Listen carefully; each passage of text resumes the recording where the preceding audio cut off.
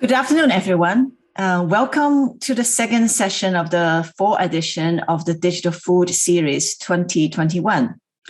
As this part of the fall series, we try to answer the questions concerning the digital transformation of agri-food chain. And the key issues we try to answer and explore are what is needed to create trust among connected players in the system. How do we define value allocation models for providing data, transforming them and applying information throughout the entirety of the food chain?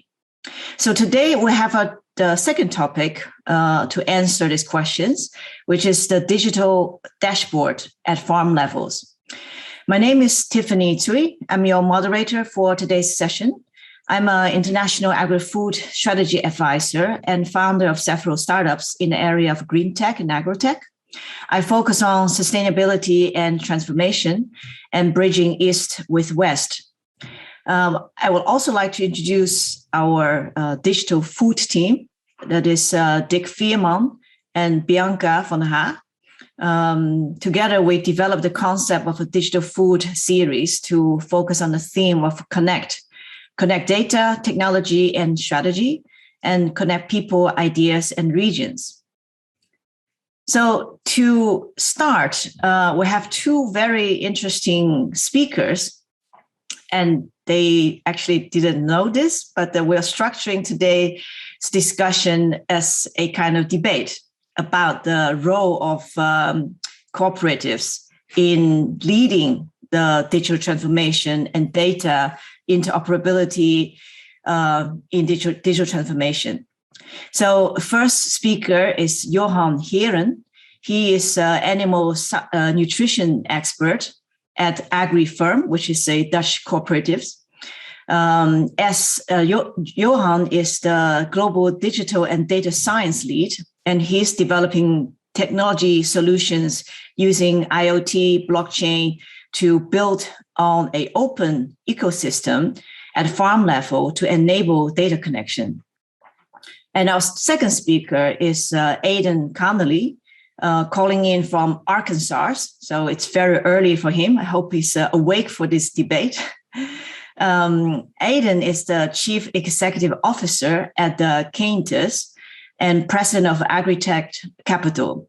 So Aidan will talk about what is going on the other side of the Atlantic in connecting data and farmers and to bring about digital innovation. To start today, I would like to ask a poll question, which is also the position of our today's question, is what do you think about the future, whether it's still relevant, this model of Dutch farm cooperatives? Do you still agree that it's relevant or still can take a leading role in answering today's complex challenges, such as biodiversity, nitrogen crisis, and reducing carbon? You can take your time to think about this question, and then you can answer after, for example, after Johan gave his view from a Dutch cooperative point of view. Today's discussion also follows our earlier session with Krijn Popper, who is a professor retired from Wageningen University, about the exact same topic. In Krijn's presentation, he pointed out that right now at European level or elsewhere, there is a interoperability mess, basically, that nobody is talking to each other, even though there are a lot of indicators and system in place, they are not connected. So Johan, it's floor is yours. Please tell us what is Agrifirm doing to answer these challenges. So my name is Johan Heren, indeed global digital and data science lead within Agrifirm. I did my studies at Wageningen University, so quite some people are familiar with that, probably animal nutrition and agricultural business economics. And at home we also have a dairy farm. So and that's also how I try to look at the world and tend to look at the value of digital and digital solutions towards the future, not from a technology perspective, but from a value functional perspective. So I think that's good to know. First, I will give a short introduction about Agrifirm, because some people will know, but other will not. Agrifirm is a Dutch cooperative, active indeed with their core activities in nutrition. So compound, additive, premixes, specialties, that are the products which we produce and we sell. Combined with knowledge, with advanced intelligence, and we aim with our vision to create a responsible food chain for future generations. So it's not that we are working within the day-to-day job on short-term profit, but we are a cooperative, and we create value for our members, and with that we truly try to have an impact on the responsible food chain for future generations, where today we deliver measurable, relevant and sustainable value towards our farmers or field and industry, because we are active in animal nutrition, but also in arable, and also throughout the globe, especially international. We are active in the industry. This is the picture where Agrifirm is active. So very important, Dutch cooperative based, but commercial activities throughout the globe. And again, the commercial activities are there to support and in the end bring back value, which we bring back as well towards our Dutch members, our owners. And we do that already for 125 years. So we earned the predicate royal.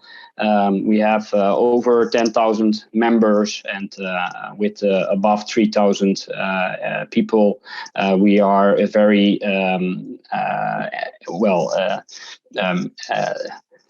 energized to deliver value for our customers every day. But then about the topic, because that's of course why we are here together. Agrifirm, again, it's a Dutch cooperative, looks to the Dutch market and looks to the Dutch circumstances, but tries to create an impact on a responsible food chain on a global level. So what we of course see and what we all know is that we are facing a food challenge, and what we need to do is we need to preserve what we always call Planet A. And we truly believe that it's not the product, but it's in the end it's about knowledge. And if we can make knowledge accessible, we have the opportunity to truly create that impact which we are looking for, and we can make that impact on a responsible food chain. And we, as Agrifirm, we truly believe that digital and data can make a difference in that, and that from data, deep learning models can enable the access to knowledge and the impact on the responsible food chain. So again, that's also our objective. So we started on the, let's say, digital transformation journey a couple of years ago, where it was, of course, a search and based on strategy, we went step by step. But today we are active with some products in the market, where we truly on the pillars of efficiency, health, and climate, we truly make a difference in the responsible food chain, in the challenge towards the responsible food chain. But yeah, what about the dashboard? Because that is, of course, the subject of today. We also developed a dashboard, but we truly believe that the dashboard does not exist. So maybe that's quite a bold statement to open with, because we truly believe that the world of data and the digital world is a world of collaboration. So a farmer in this perspective, or a user, however we want to describe, should be able to choose the dashboard which he or she wants to use themselves. And the world should be capable to integrate modular solutions or point solutions towards those dashboards, so that the user can personally choose the modules which are of value for him or for her. So we truly believe that the dashboard does not exist. That doesn't take away that Agrifirm also developed a dashboard, and is very happy that a lot of users are using the dashboard of Agrifirm, because that's of course the most valuable position to be in. But again, claiming the position or the dashboard in a fast-moving world is in our opinion not the way forward. It's about collaboration and integration. Again, collaboration. We truly believe, being a cooperative, that it's our task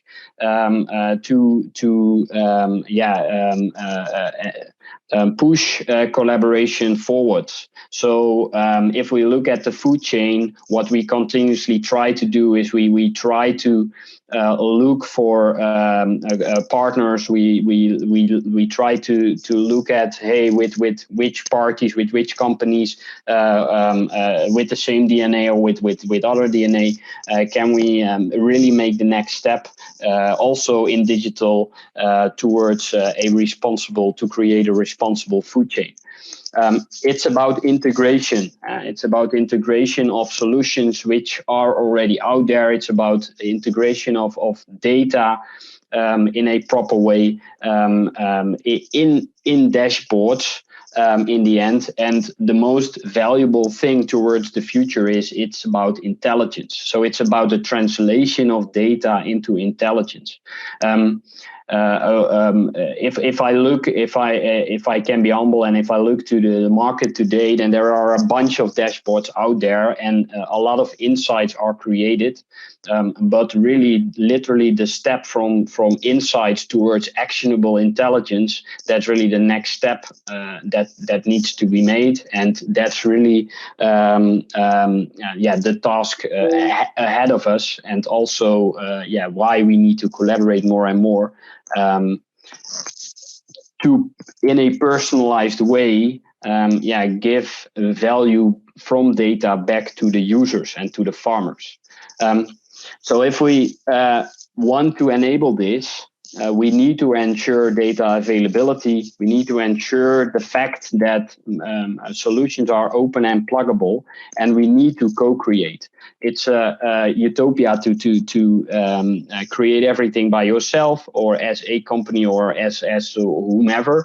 It's about, again, data availability, and a lot of collaborations can be seeked over there. So IoT hubs, but also platforms like Joint Data, as an example in the Netherlands, are of high value in that perspective. Also, if we look to authorizations, data ownership, and security, because if we are going towards open and pluggable solutions, that are of course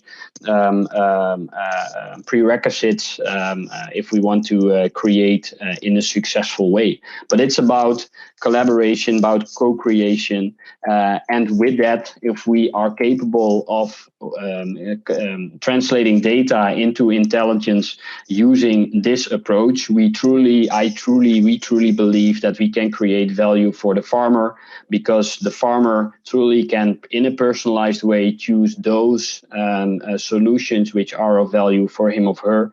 And with that, we truly can create value to create a responsible food chain. That's my introduction. Thank you. Thank you, Johan. The company, Royal Agrifirm, it's with the royal title that I'm waiting for you to come back on. Yeah. It just celebrated more than 100 years of existence, right? So the Dutch cooperative model is also much admired around the world, has been very important in bringing about innovations and having collective action for farmers. So I would imagine you'll be taking on a position that you believe that the cooperative model, Agrifirm, will play an important leading role in constructing this open platform to enable data operability among farmers. Yes, because the cooperative model and also our members, they want us to innovate and to develop in these type of directions. So with that, we have the opportunity to create value and to create value spaces, new value spaces, which are or not there yet, or can be shaped in a different or better way. But are we? Again, there won't be one dashboard, but there also won't be one platform. So it's about collaboration. It's about collaboration within companies, within the food chain, but it's also around collaboration in the field of technology, because platforms should be able to communicate, to be able to, in the end, give the right solutions, provide the right solutions to the different dashboards which will be out there. Thanks. Bianca, maybe we can see the poll result. Okay, we have exact 50-50. That's great, because some people are undecided, but people are pretty much equally split on this positioning. So Aidan, of course, there are never issues black and white, but it will be very interesting that you take on the opposite side view and then all share your view in your presentation to look at this preposition and what you think about several prepositions or questions, key issues as illustrated by Johan.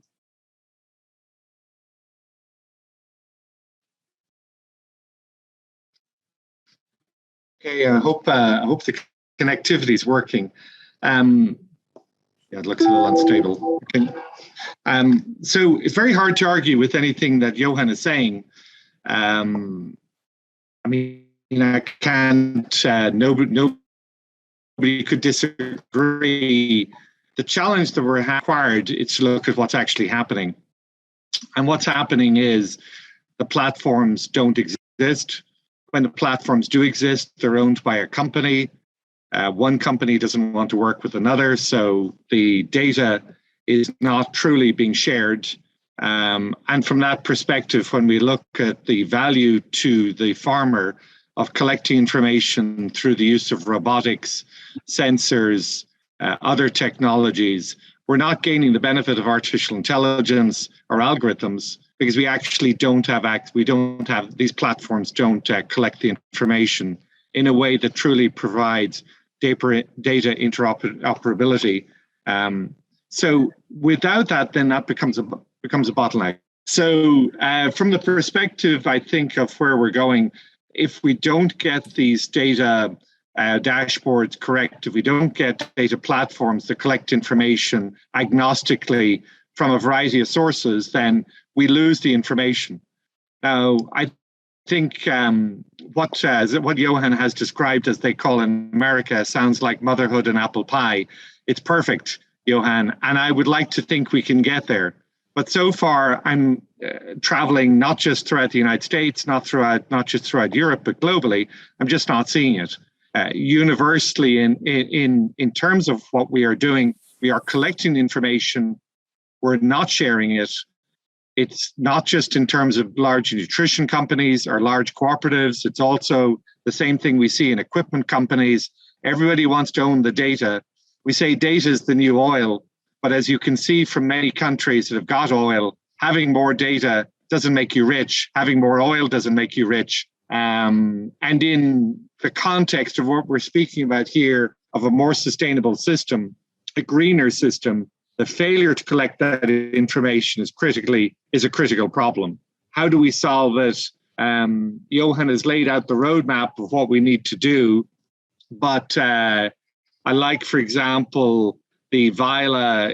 VILA is an organization in the United States which has been created by Nestle, Land O'Lakes, a cooperative, and some other groups, including Lely from the Netherlands. And the concept is that the system will allow all data to enter the system without anybody stopping it coming on, without anybody trying to make it difficult for one company versus another. But even in that situation, you could imagine the competitors to the companies that are sponsoring it are still saying, well, wait, do I want to be part of this? So somehow or other in agriculture, I feel we get held back to a large degree by maybe rivalries, perhaps by histories, by the concept that somebody's going to gain something and I'm going to lose something.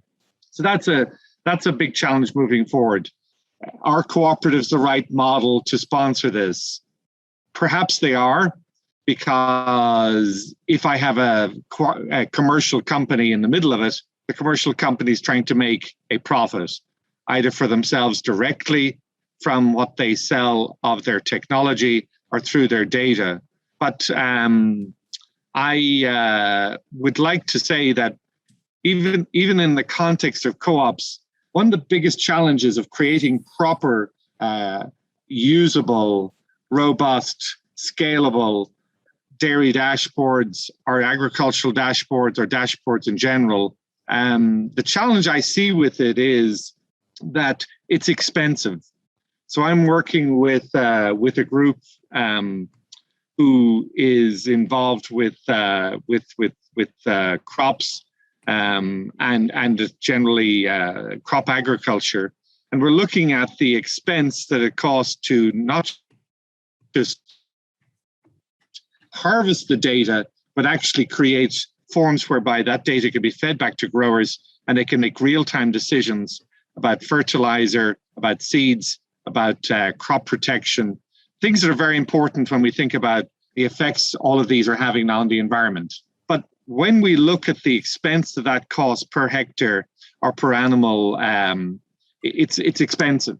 So can cooperative members accept that idea? Can you accept the idea it might cost you €5 per hectare, $2 per acre to collect information? Do you actually accept the idea that you're handing over information which is costing you money to collect, and which is that producer, is that farmer actually gaining value from? If you said to them, will you pay me the €5, they probably would say no. If you said to your co-op members, we're paying our members €5, we're giving them €5 of free data, they'd probably say that's crazy.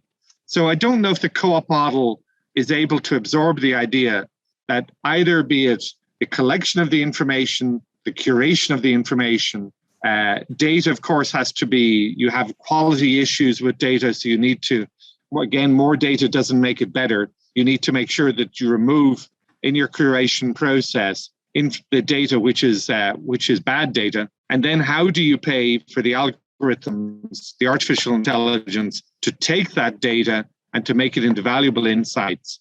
And finally, make sure that it's agnostic to any source it comes from. As I said, nobody's going to disagree with the concepts of what we need to do, but globally, I'm seeing very, very few people that are doing it. So, Aidan, this question really is, Johan had a outline, a roadmap indeed from a cooperative point of view. In the US, the model is more of a large scale farming. So what do you see as the roadmap from your point of view, of your own company, or what you see as from, let's say, another side of the world? What's an alternative? So I typically try to explain to people I have two hats. I've got the hat which is Caintus. Caintus is really struggling because it's a startup. It's creating lots of information from thousands, tens of thousands of dairy cows and every farm has a different dairy dashboard. So we're having to pay to integrate with all of these different systems. And from that perspective, that is potentially something that can break a startup, because we don't have the resources, people resources, the cash resources to simply, every farm has a different dashboard. Now we have to pay for more ways of integrating with whoever we need to integrate with.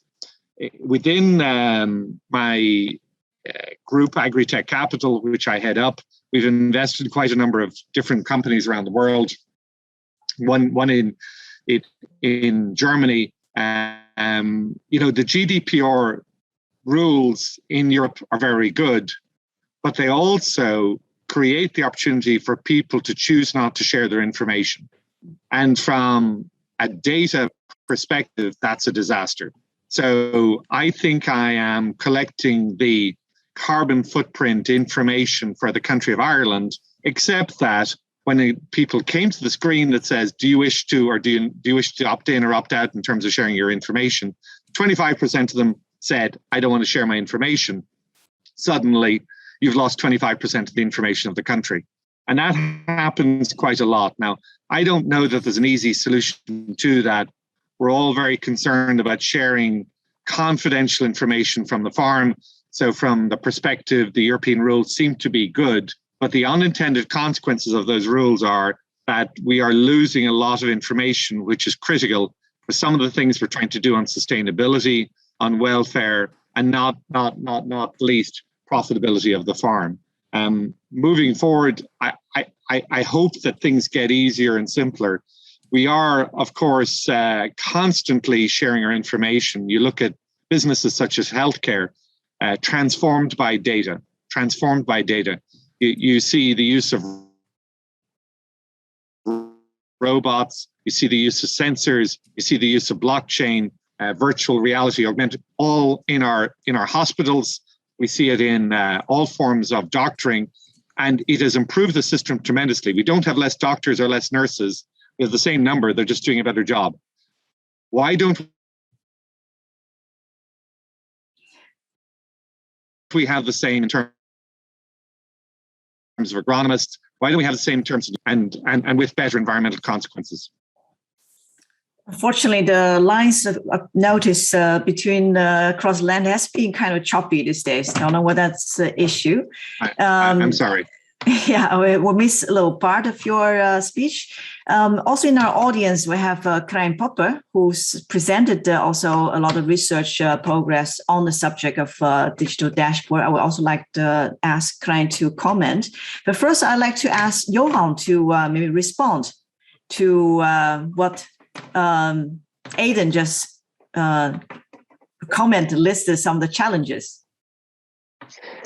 Yeah, so Aidan, you agreed conceptually with my story, and I can only agree with you if I also look at how the situation today is organized in Europe. To be honest, we are ahead of the game if we look from a technology perspective, but also from our strategic vision. If we talk about open and pluggable, etc., and if we look for collaborations, then those are, let's say, the basic rules which we throw in as first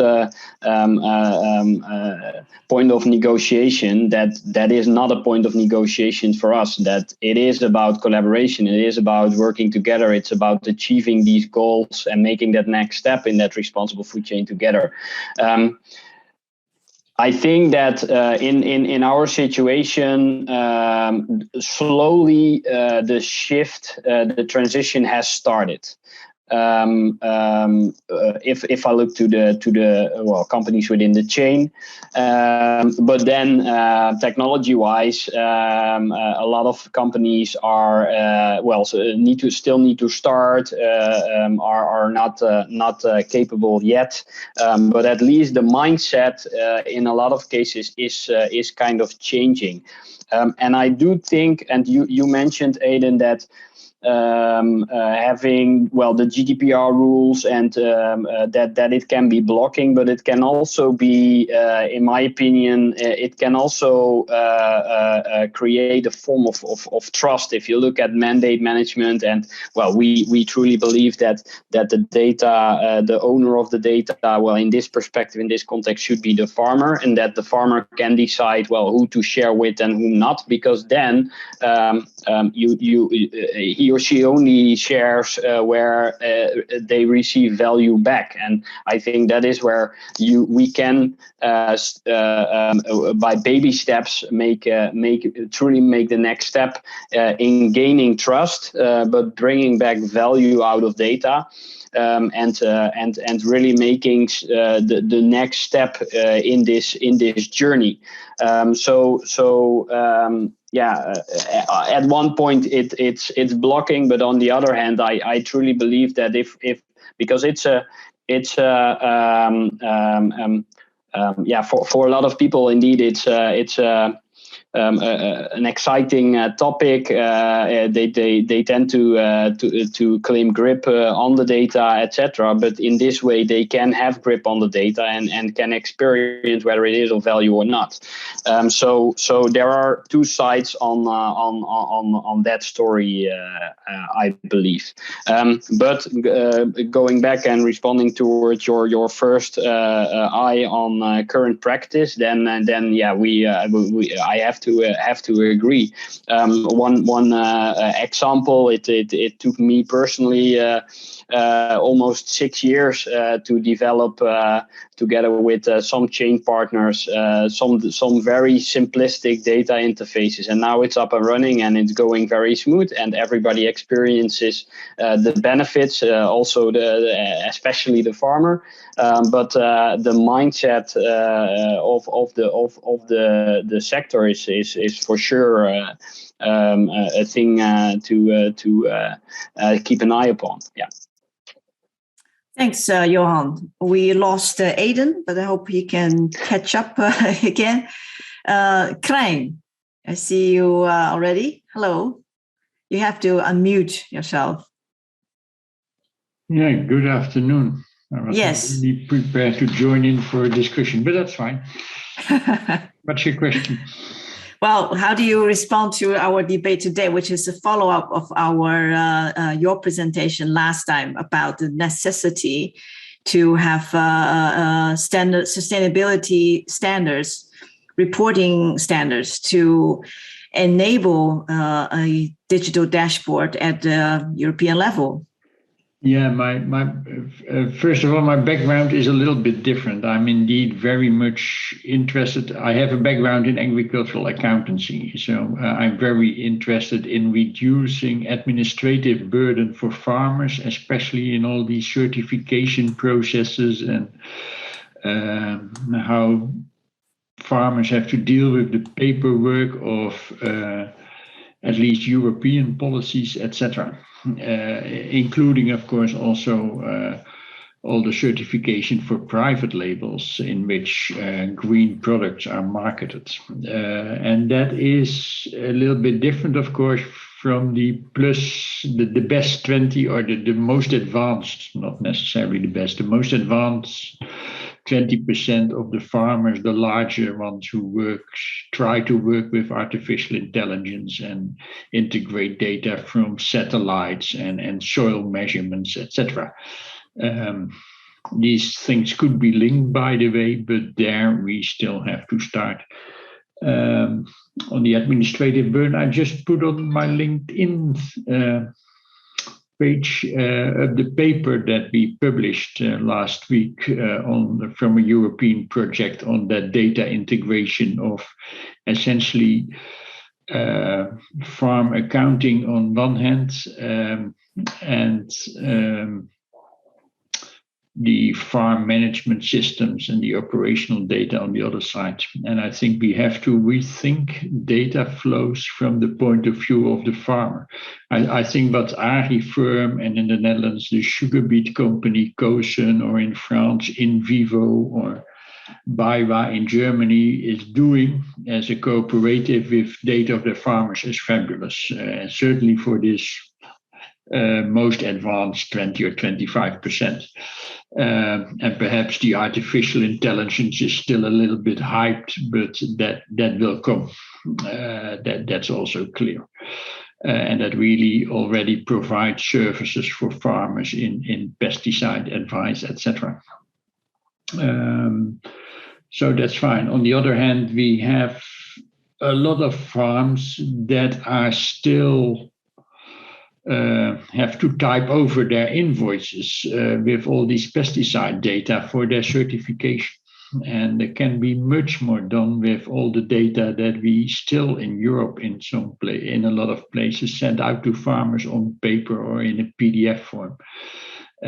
So I'm more, from my side and my background, I start from the low end of the farmers and to take in nearly all the farmers in Europe that have data and help them in their struggles for certification, and that will then automatically be merged with the top 25% who works on better operational performance with all the advanced sensors and satellite data, etc., etc.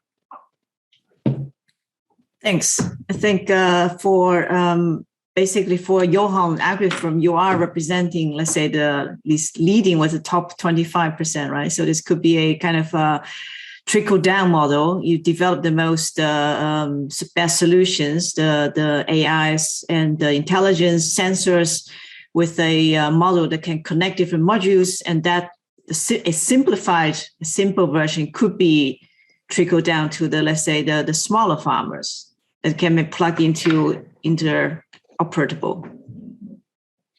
Yeah, exactly, and that's exactly what we do. So we tend to create a let's say different levels of which makes sense for the type of user, and so that the type of user can decide on which level they want to use a type of solution. Indeed, we also see still a bunch of farmers still typing in manually, and you have the high end. Everything is automated, real time. Well, so we are in that same ball game, but we try to create our solutions in such a way that every farmer can decide on which level they can play, and they can create value for their management. And I think that for if you look at the translations of PDFs, etc. Standardization is in that perspective, of course, of high value, and it's a necessity. That is something. We have AgroConnect in the Netherlands, but you have some organizations globally as well. But if we look at standardizing data on a global level, that would also really help in making that next step, and that in the end helps every type of farmer, high end or low end. So which roadmap are we talking about, Johan? What is the timeline in this topic? Are we talking about next 3 to 5 years, or is it 10 years, this transformation from the top 25 to smaller farmers to get a standardized, let's say, sustainability indicators, to have farmers willing to report or have to report, and be able to also be paid back through carbon credit or bank credit, the value model? Yeah, that's a very difficult question to answer. I'm not sure about that, but what I know is that the world of digital is moving very, very fast. Technology is moving very fast, so everything everything is possible. We always tend to say, but it's indeed about the ability of the market and the farmers, but also the food chain in itself, the ability to adapt and to change within this transition. And I'm in this topic for a couple of years now. I see sometimes I see a huge success with with a very, very simplistic solution, but sometimes I also see later on success with a more advanced solution. So it's that's difficult to say, and I think it's more about the ability to translate data into value, and if we keep an eye truly on value, then I think the adoption will be there. When I don't want to I don't think I can say something about that.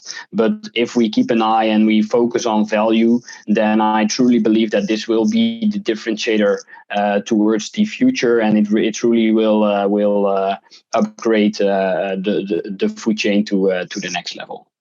Great, thanks. We have also in our audience representative from other cooperatives in the Netherlands, in Belgium also, I see, if they are still present. So would very much welcome the audience now. The floor is open for your comments. And if you would like to ask a question, just raise your hand. Now I ask you to open your mic and camera to give your viewpoint. So the first question is from Dick.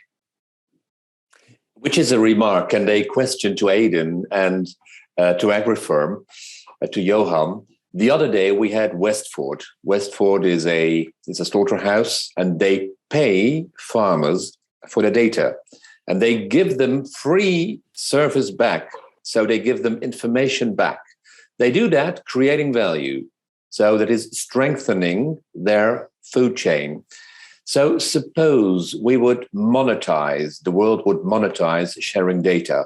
So if you share data, you get money in return. Could that be a starter to do more sharing? So Aiden, Johan, please respond.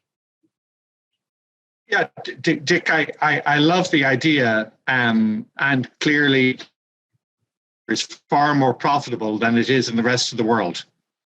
Everywhere else in the world, the margins are thin, but clearly in the Netherlands, you're making so much money, you can pay for your data. Of course, I'm joking. The reality is we would love to do that. All around the world, we would love to do that. But you can't do that in Brazil. You can't do that in the United States. And I doubt you can do it in the Netherlands. It sounds like a fantastic idea. The model, I think, really has to be more akin to the own. I can't information I'm sharing with other people. I can't believe that I share that information about where I am, where I put my emails, what I do for my activities, physical activities, etc. But I do it because it brings me back more value. So I think farmers will be quite prepared to share money, show me the value back from me. Aiden, maybe you can switch off your camera so we can hear you better, because then the functionalities would improve product. We lost Aiden, you. I think You've got the main point, which is that. The line is very wobbly, but what you're saying is give information back. Information creates value, and that could be the starter. Is that correct? I think Aiden is maybe left. Should come back. If you are still with us, you have to switch off the video, then I better sound. But Johan, actually following on that question, indeed, Westford has this model. They are not paying, they could pay good money for the piglet. I think €5 or so. It's not a huge amount. But it does remove the obstacle for farmers to share data. And then also they see the value by having a trusted cooperative. Maybe that's also indeed value of a cooperative, to be let's say the collector, and then to be trusted to share among others. So is that model you are using for your members? It really depends. But I fully agree with Aiden that it's about value. And this is a formal value, but you need to be creative. You can be creative in what is value, and you need to be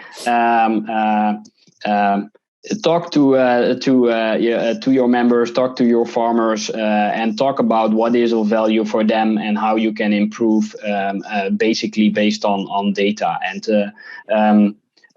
but it's about value, and so it was a bit wobbly indeed, but I agreed with the answer of Aiden.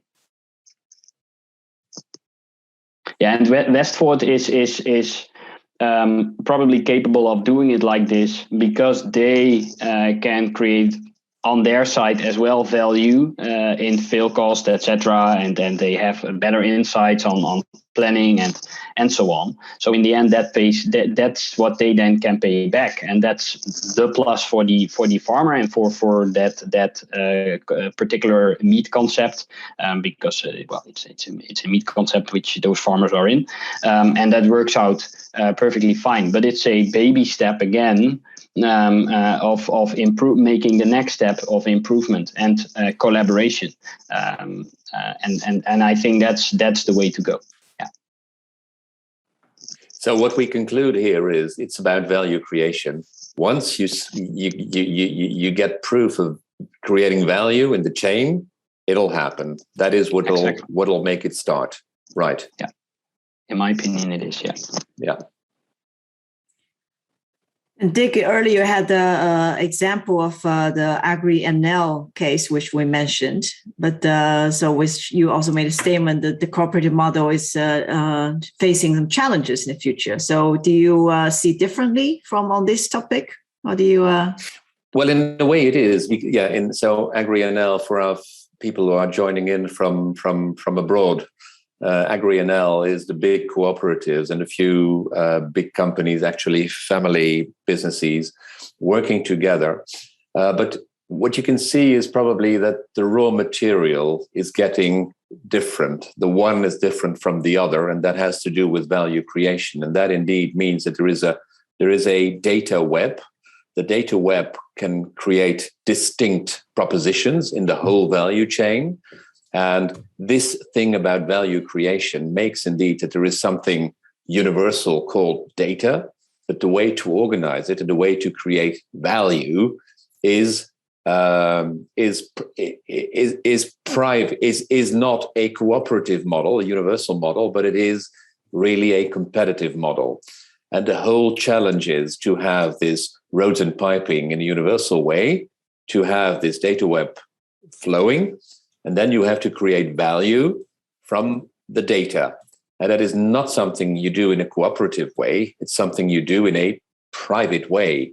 And that is what the challenge is. And the answer is value creation. So basically what I'm saying is that the cooperative model is not supporting value creation. That is where Krijn is raising his hand. He disagrees with me. So that's interesting. Krijn, join in. Well, I think it's at least a little bit more nuanced. I was impressed by a nice example from our sugar beet company, Kozen, who have done quite a lot in supporting their members with data management on at least their own website. And they explained me that at the moment that the sugar quota disappeared in Europe, they faced, of course, challenges. And they obliged their members, and that's difficult in a cooperative, there I agree, but they obliged their members to provide data on the sustainability of their crop growing, use of pesticides, etc. And as far as I understood from the management, that helped in convincing Coca-Cola to buy their sugar, because these food processors have these greenwashing aim, however you look at it. So that helped. And on the other hand, they with putting 400 sensors in the Netherlands, they have a better advice to their farmers on how to applicate pesticides. And they were able to do that in a cooperative setting, so that's fine. Of course, now you get the next point. you grow sugar beets on a plot only every 4 or 5 years. And now people say, hey, in the years in between, do you grow flower bulbs, or do you grow cereals, or do you grow potatoes, and how do you do that? And is what you are doing there influencing the quality of the sugar beet production? Or again, I get even better advices. And that means that through the farmer in between or around him, there has to be some data exchange between, let's say, the potato cooperative and the sugar cooperative and Agrifirm for the cereals and for the inputs. And then is the question, how do you organize that? And especially your monetization issue then comes around. The European Commission is now working or experimenting with data spaces. I read in the Financial Dagblad of the Netherlands that KLM is involved in such a data space in Amsterdam, where they try to sell, once it works, the data of their motors on the motor maintenance, the engine maintenance of their flights.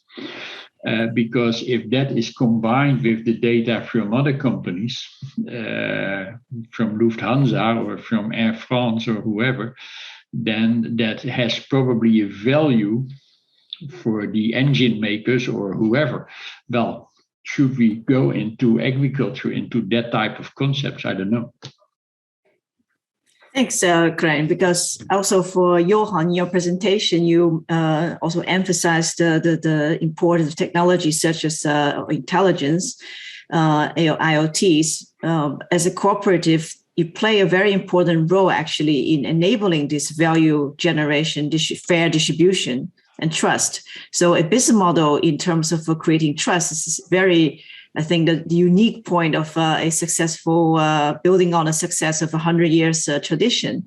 We have a question from Anna Bruisma. Anna, would you like to turn on your microphone and video so we can see you? So you asked a question in that line. So would you like to explain, maybe introduce yourself and also explain your question? It was not really a question, but just indeed to share with you that I fully agree with Dick's argument that it's very important to have within the new value creation have a proper place for the farmers that make decisions every day to create high quality data, to maintain it, to share it. And we all benefit if there is an interest for the farmer to be part of this new model of digitized farming. So the model that Dick was proposing is very valuable. There's a lot of resistance for this model because people and organizations that at the moment are very much investing into gathering data, handling data, managing data, applying data governance models and the sort. So it's the people and organizations and businesses are investing a lot, and they are insecure whether there's any return on investment at any time.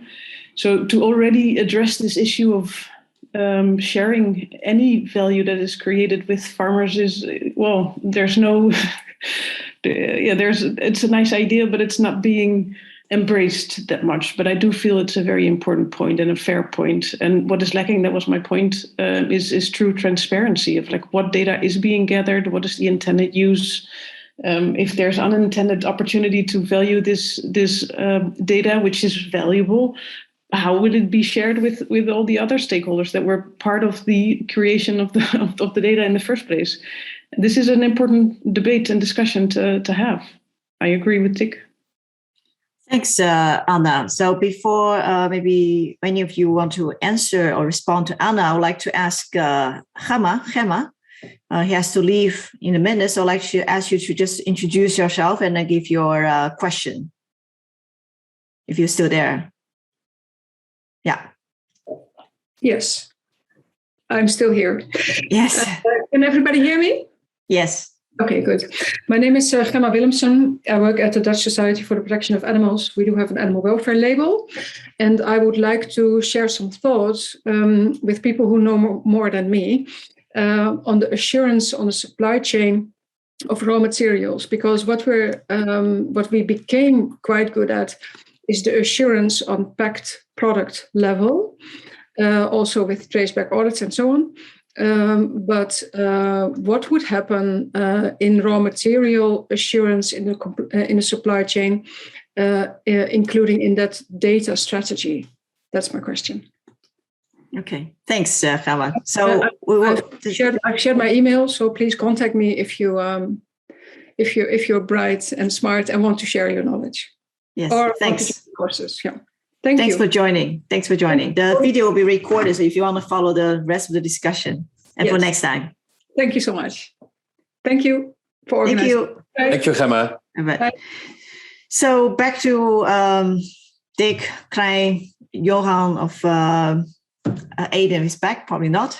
No, Aiden is not back. He just asked me. The connection is just appalling, so he decided to step out because he can't set it up again. And he hoped he contributed, and I told him, yes, you did, by talking about value creation and, well, what is hampering it and how it could start by value creation. But paying for data is obviously very expensive unless you can recoup it in some way, as Westford can. And would you like to comment on the questions raised by Anna and Gemma? Any of you? Well, there is. I'm in favor of monetizing things. I'm an economist, but I think for the moment it's difficult for data in the sense that are very often micro payments because it are small amounts of data.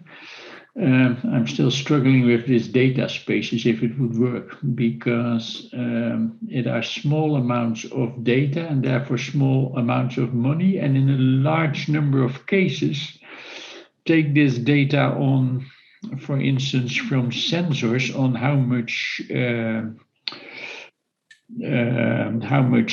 disease pressure there is in a region, then of course you have your model with the first 30 measurements. You have already quite a good model on a certain disease. Then you are willing to pay for another 25, but then you probably do not add a lot of value after you have the data from the first 55 farmers in the southwest of the Netherlands. So you not necessarily have to have all that data for providing good advice with artificial intelligence. You can sample, and that makes probably the transaction costs in those markets have to be very, very, very small, because otherwise with micropayments you don't get it working. And as the speaker said, there is a lot of issues about trust around data. So that makes me think that between markets and power, this cooperative idea on farmers joining perhaps a data cooperative in handling their data is perhaps more attractive than a purely market model in which individuals sell their data. A data cooperative. Yeah, why not?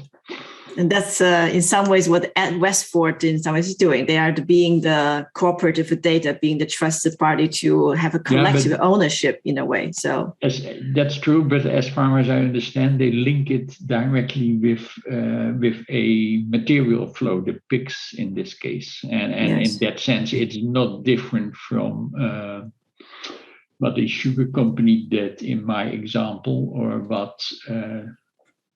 You do with the certification of organic farming or another label on the way to Planet Proof, where you can't sample on the milk if, well, normally you can't see in the products if they have been produced with a high sustainability level.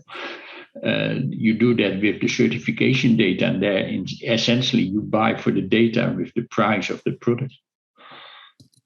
But Krijn, it sounds very unfamiliar from your mouth, a data cooperative, because you are more a market-based person.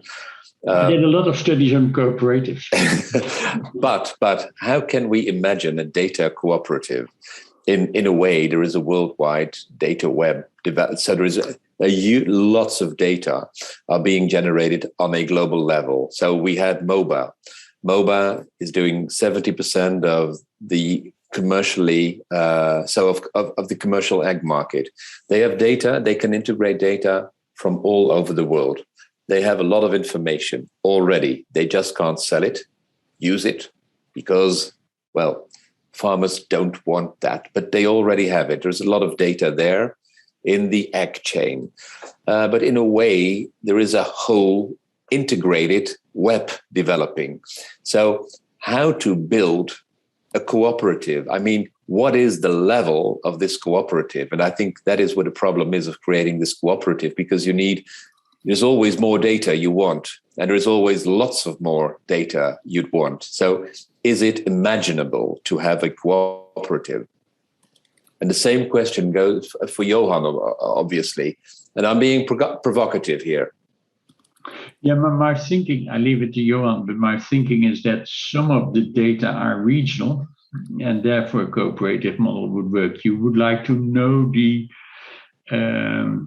pressure of certain disease in the southwest of the Netherlands, for instance, and you want to handle the irrigation in a dry summer together with the water authority and other public services in a certain region. As soon as you say, oh, you can create value from satellite data or data from let's say the 5 companies that supply dairy robots, milking robots, and you aggregate that data and then have an advice to the milking robot users, then you do it on a world scale. I totally agree. And then there is no need for a cooperative.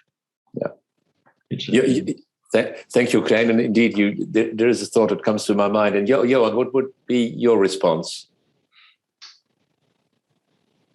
So I was just being provocative. Well, I had a discussion.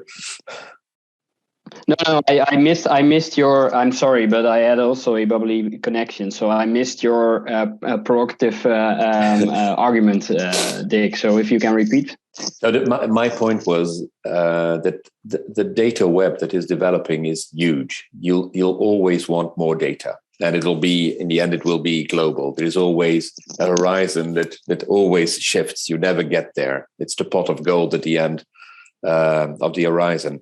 And so you can't do it in a cooperative way. It'll have to be a market-based way. That was my provocative statement.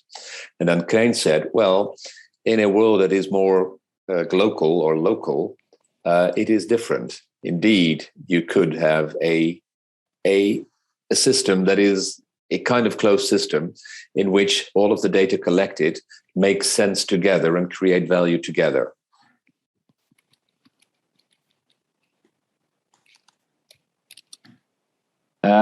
I think it depends indeed on the subject. So if you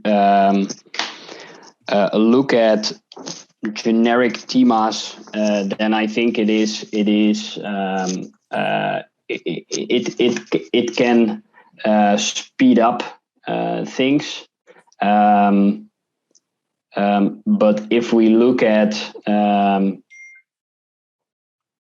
a global data cooperative, again, that's maybe in line with my statement, there won't be one dashboard.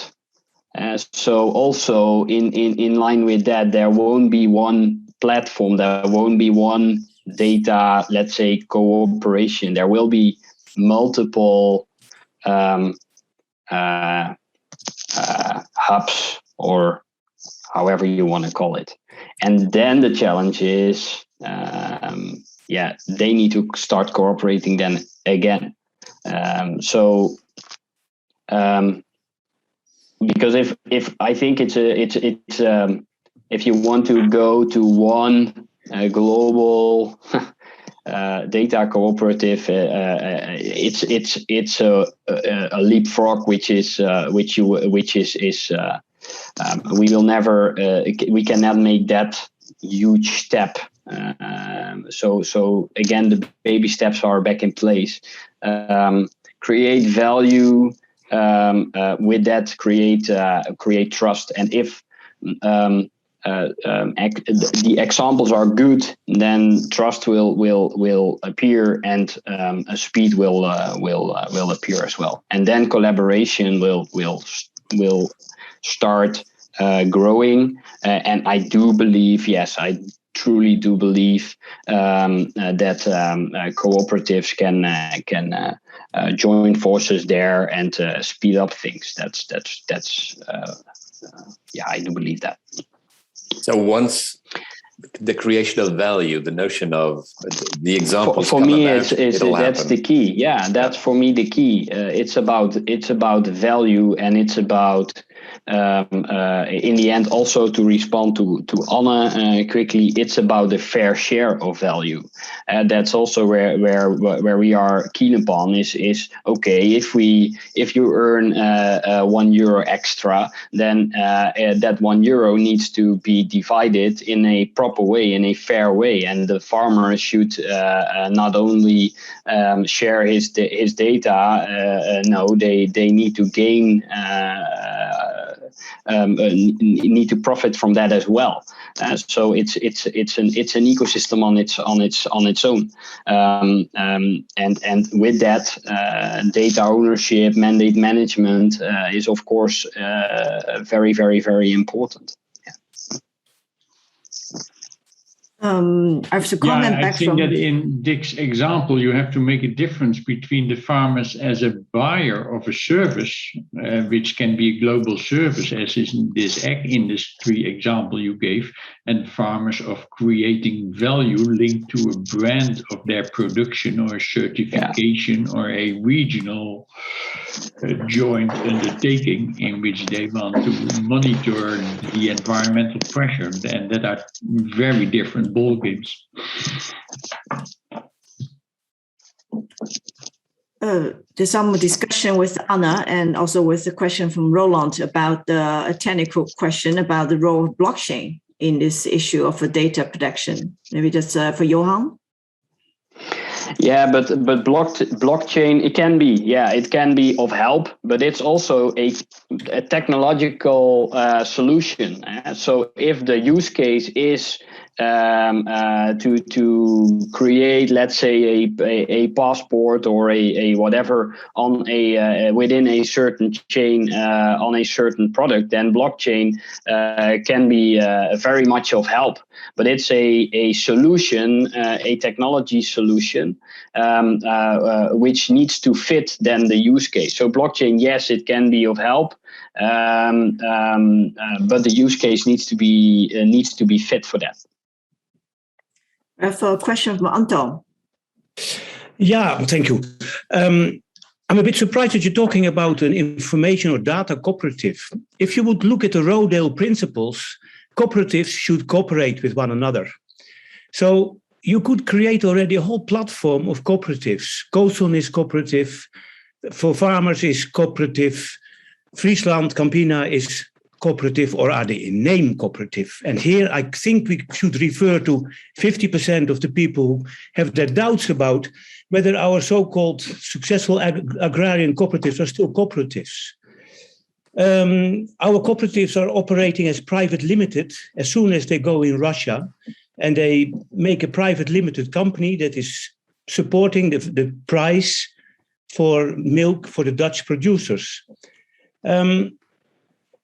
I think that in a cooperative, a network of cooperatives, people will trust one another because the purpose and the aim is the same. But I think that we see also with all the discussion now about Friesland Campina, the farmers have lost the trust in their own cooperatives. So maybe we should reconsider, why did we make cooperatives? Why did farmers make cooperatives?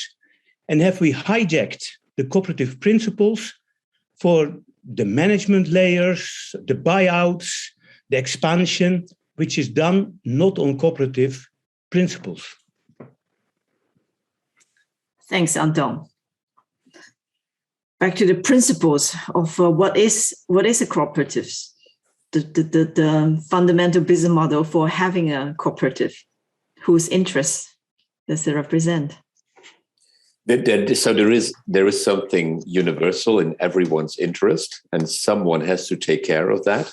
It could be a government, it could be the UN creating a collective data web and collecting data, and then there are ways to create value, and they are probably more entrepreneurial because value creation is something that creates personal brands nowadays, and that is where the tension is, I think. Would you agree on that, Anton? Yeah, I don't know. I'm far away from the Netherlands, but when you look at the distance, I remember that in the past there was no need for data because you could see how many pigs somebody loaded on the truck. You could hear the scream of every pig. My kids' days, I spent a lot on farms in Markelo. There was milk churn standing on the road, so everybody knew how much milk somebody produced. There was a kind of an openness of data, and we have shifted into a completely different approach toward data. It's becoming all a bit secretive. And that's right, Anton. I remember the times that you had a telephone book where you could see somebody's telephone number, and that's part of the GDPR. I find it still very strange, although. We could have a long discussion on cooperatives and why they behave different in another country or to new members than to oldest. But it's true. Cooperatives have become very large, and that leads in a number of cases also linked to other issues like environmental legislation, to pressures on the relationship between cooperatives and their members. Members have become very heterogeneous in their business models. And that does perhaps not always help the data issue. On the other hand, it's an interesting challenge, as Johan was saying, in how far data could also, like in my COSUN example, could bring members together again and say, hey, we have another shared interest in which we could do something. It's an open question, differs between the different cooperatives, I think, but data brings challenges to the different members of the cooperative and to the cooperative itself. So it is an interesting challenge for the leaders of a cooperative in how far they say, oh, I have a big data strategy, and that means that my share price goes up, like with John Deere, and therefore I need your data as a farmer. I think that would not be a very cooperative approach. Or where you say, like Agrifirm, I think is doing, saying, hey, we have a joint challenge here as a cooperative, and how could we work together and see what platform we create. Great. Yes. And I think, Johan, you have any comments on this, on the future of actually data becoming actually the new core value of the, let's say, existential value of a cooperative? No, I think we need to stick to what we want to achieve. Is we want to create an impact on a responsible food chain, and data and technology will be enabling to reach that goal. And so it will help, it will support, and it will change. Of course, it will change the landscape. But if we look to other industries or towards our private lives, everything changes, and we innovate, and we start using different devices, platforms, solutions. But they all have one thing in common, and it depends on how you describe it. But they all bring value, and with value you make a next step, and with that next step, we are capable of shaping, let's say, the future. And so, will it be part of the future of the cooperative and the cooperatives? Yes, but that's also for the private companies and for everybody. So if cooperatives don't join or doesn't step into this world, then and stick to their, let's say, core product business, I think then the strength of the cooperative, having a lot of knowledge and being capable of bringing that knowledge towards, together with the farmers, towards a measurable result, then that becomes endangered, and that's for sure not what our members want, and not what nobody wants. So we truly try to create that impact using data, but by creating value. Great. On that note, if anyone in the audience have a burning question, you can raise your hand still. If not, then I would like to thank you, everybody. Thank you, Johan, Aiden was not here, Dick, Klein, for your contribution.